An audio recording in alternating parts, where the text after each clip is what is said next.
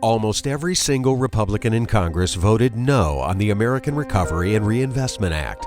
But despite that opposition, nearly 90 Republicans have sought recovery funds for their own district or bragged about the recovery funds they've brought home. Republican Senator Richard Shelby railed against the Recovery Act. Not the socialist way.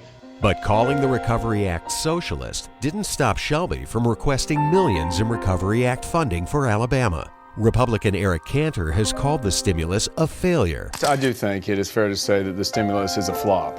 But just months after voting against the Recovery Act, Cantor sought billions in funds for high-speed rail.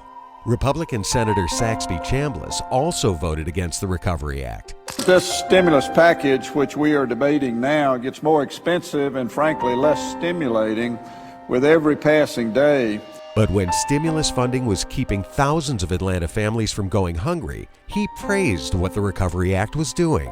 It gets in the hands of people who really need it that otherwise wouldn't have it available to them.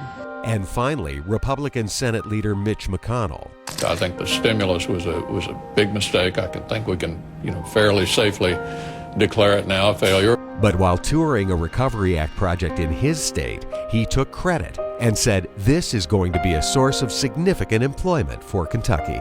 Republicans don't want to acknowledge that the Recovery Act has created jobs, many of them in their own districts, except when they're asking for funding to create those very jobs. And I think it's really important that actions speak louder than words.